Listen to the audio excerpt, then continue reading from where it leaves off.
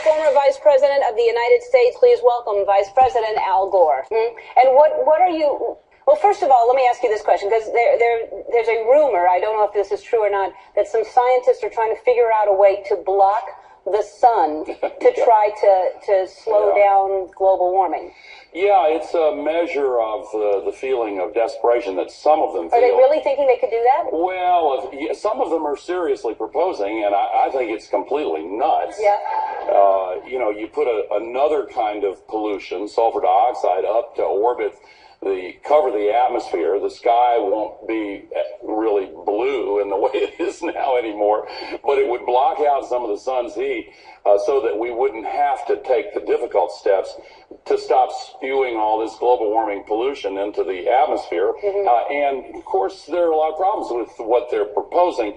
It turns out plants need sunlight. Yes. It wouldn't stop the acidification of the oceans, and it really should be yet another wake-up call for why we need to stop putting all this pollution up there. We put 90 million tons every day up there, and that's what's drying out the soil, 60% of the country in drought last year.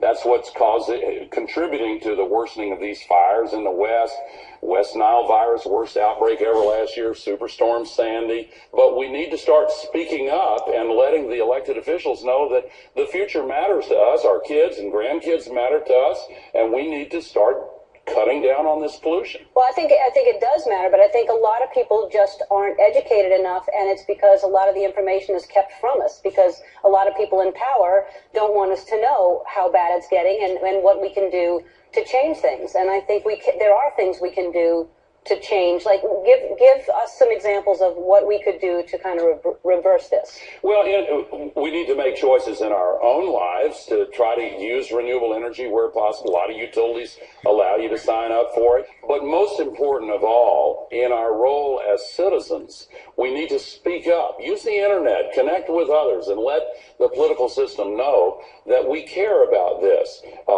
And you know, winning the conversation is the key to a lot of changes. I remember when I was a young boy in Tennessee, when we won the conversation on civil rights, I remember one of my friends made some semi-racist comment, and another friend said, "Hey man, we don't go for that anymore." And that was during the time when that conversation was won.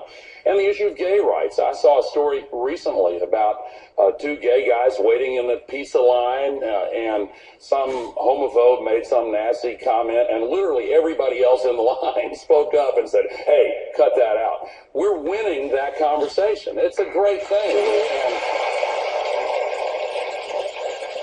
there's a lot, I mean, you know, the evidence is everywhere, you know, with all these superstorms, with the flooding, with everything.